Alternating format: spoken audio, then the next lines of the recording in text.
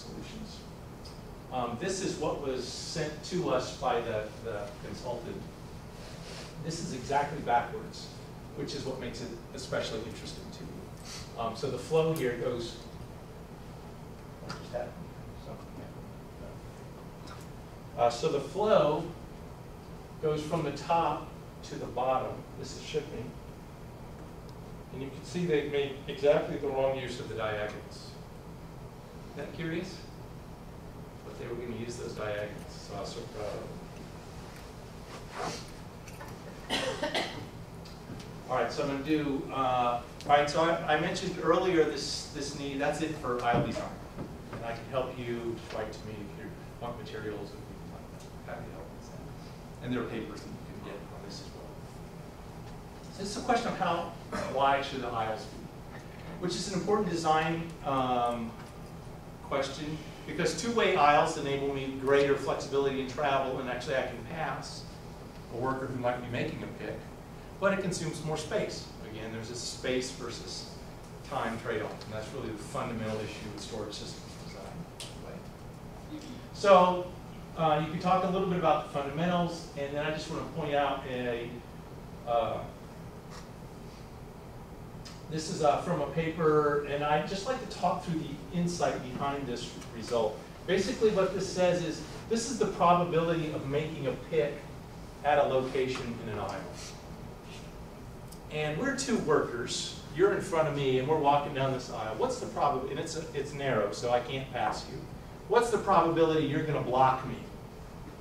Well, if the probability that you're going to stop is really low, then I'm not going to experience much congestion, right? Because you're probably not even going to stop, and I'll get through there fine. What if the probability that you're going to stop is really high? You're going to stop at almost every location. It turns out that there's very little chance we're going to collide because we're each going to be busy. You're going to be busy down there, I'm going to be busy here. And so the chance that we're going to collide is actually very low. That's this case over here. Low congestion environment. Turns out that in that middle range is where the greatest opportunity for congestion lies. And so there's a company in a little case study, not with data, but just I talked them through that dynamic of pick density versus in the aisle congestion. That's just something to think about. Any questions on that?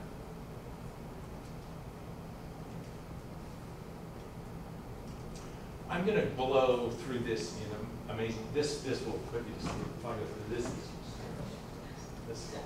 So you can do dedicated storage. You know what this is all about. Everybody's got their own reserved location. Or I could do random storage, which means I receive some product. I just look for the closest open location. I walk out there and I put it in there, and I let my warehouse management system track where everything is, and so I know where everything is. There are benefits of doing the one over the other. These are standard things you can read about in the textbooks. And then there's a mid strategy called class-based storage, where I segregate different types of products. Those I'm going to go get frequently. Those I'm almost never going to go get, and then the B items in the middle. And I'm going to say, okay, I'm going to take these and put them in the best locations.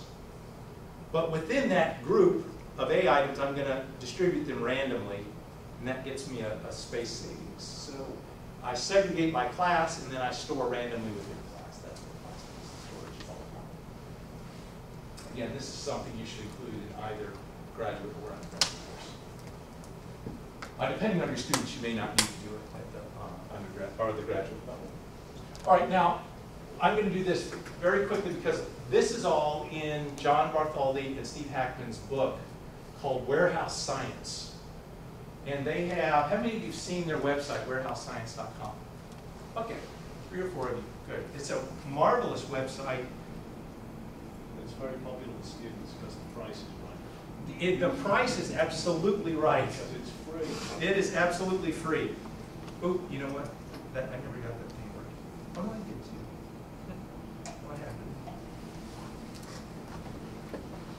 Oh, it's Windows.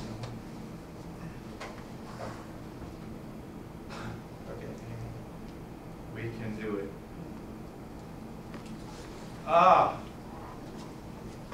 Is this someone? It's you. Okay, great. I was going to say, that's not me. So, nobody looked. Thank you. Okay, so this is the website. This is Warehouse Science, warehouse-science.com. Highly recommend you go there. There's more information than I can show you in 3 hours on it. The textbook, which is some 300 plus pages, which John Bartholdi and Steve Hackman have written, is really the definitive source for the questions that they address. There is nothing that equals it. There's a lot of stuff in this textbook that is not in academic papers. It can be found in no other place than the textbook. But there's more than a textbook here. In fact, what they do is give you a bunch of supplementary material, and that's what I'm going to go through here. Let's see, all right, hang on. I'm at this point where I have to make a decision what to include and what not to include. Okay, before I do that, I'm doing a little bit on the fly here. All right, let me explain what these two problems are, and then I'll show you how they're addressed on the website, including the software tools that you need to solve them. So the students, which they love, they don't have to do any figuring at all. They love that part. They can just press run and everything, all the good stuff happens. But it is fun. If you give them the right assignment, they can do some really neat things with that. Okay? So I'm going to drag you through all of the details of the mathematics because I know you're all professors. Yeah, jokes just don't work for you. All right, so here's the big idea. Basically, in racking systems like this, a typical flow pattern is that reserve storage is up here, and then I pick from the bottom.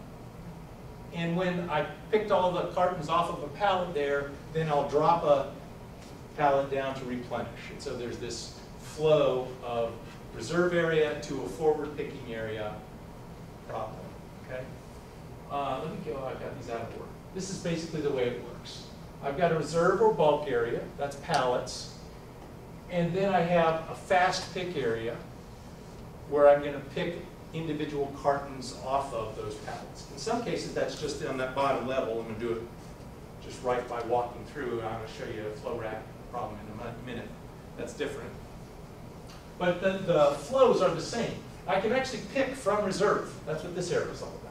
I can drive into a reserve area, drive up, make a pick, but it's very expensive to do that, right? The better flow is that I make picks from this bettered region, and then I replenish from the bulk area. And the question is, which items should go in here? Because this is small, I can't put every product down there. That's the assumption. It's premium storage space. What should I put in there? Premium real estate. Who earns the right to go in there? That's the question that these tools address. This problem is solved either by default and without thinking, or with real analysis in every warehouse that executes this kind of system. And what you're going to bring to your students is a scientific way of doing this. What makes this especially exciting is the results I'm about to show you are almost never done in practice. Even in warehouse management systems, would be my comment. Warehouse management systems have solutions, but they're not, I'll just say, they're not the best solutions. They're not the best solutions. These are the best solutions. All right, so this is the problem of picking from cartons. I'm going to show you in software how to make that decision. Basically, you'll talk them through this algorithm. It's a very nice presentation in the book about auctioning. Given the characteristics of an SKU, I can determine, he tells the story just like an auction. Based on my product characteristics, I'm going to make a bid for that premium storage space. All the SKUs are going to make a bid, and then certain bids are going to be accepted until the space is full, and then everyone who didn't have a winning bid will not earn a place in the premium storage. And so you can walk them through all the analysis. They can do all of this by hand, and they should, as you know. Don't let them get away just with doing it in the software. This is the other problem. This is got a different model associated with it, where I'm restocking into flow rack, for example. very high density, very efficient picking space for very high flow products. So there's the same question. Which SKUs earn the right to go in there, and how many slots should they consume? And that's the question that the second model will answer. Okay? So let me just show you in software, just give you an example. I won't go through the whole thing. So if you go under supplementary material, class projects, he talks about large projects which you can run in the class if you can get a relationship with a company that's willing to give you some data. I did this last year. It's a lot of fun. Have the company come in, talk about their problems, and have the students form groups and do all the analysis, use these tools. It's a really great exercise. He also has small projects which are sort of at the level of large homework assignments. He has some stuff in here I'm not talking about. Okay, so this is the palette, no, the carton slotting tool. I'll just give you an example here. Oh, I just realized I'm not doing this on my computer. This is going to be a problem. Okay.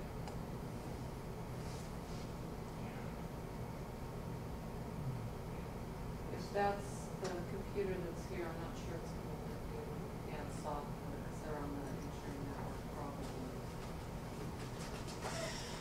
It's just so painful, you know? Okay, anyway, here's what, Hey, Kevin, yeah.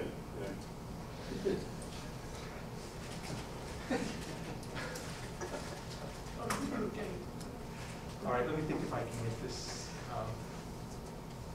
You can give them homework at night. They can do it in the privacy of their own. Here's what you would have seen if I could make this work. This is a Java application, what's the word? Java Web Start, that's right. So basically the application will launch, it'll come onto the computer, it will launch itself, and basically it's got tabs. Introduction explains what in the world's going on, load your data here, tab, boom, and then it's run the algorithm, and then there are nice displays of the results, and then a complete SKU by SKU plan for what to do. This product, you put 2 pallets down here, the rest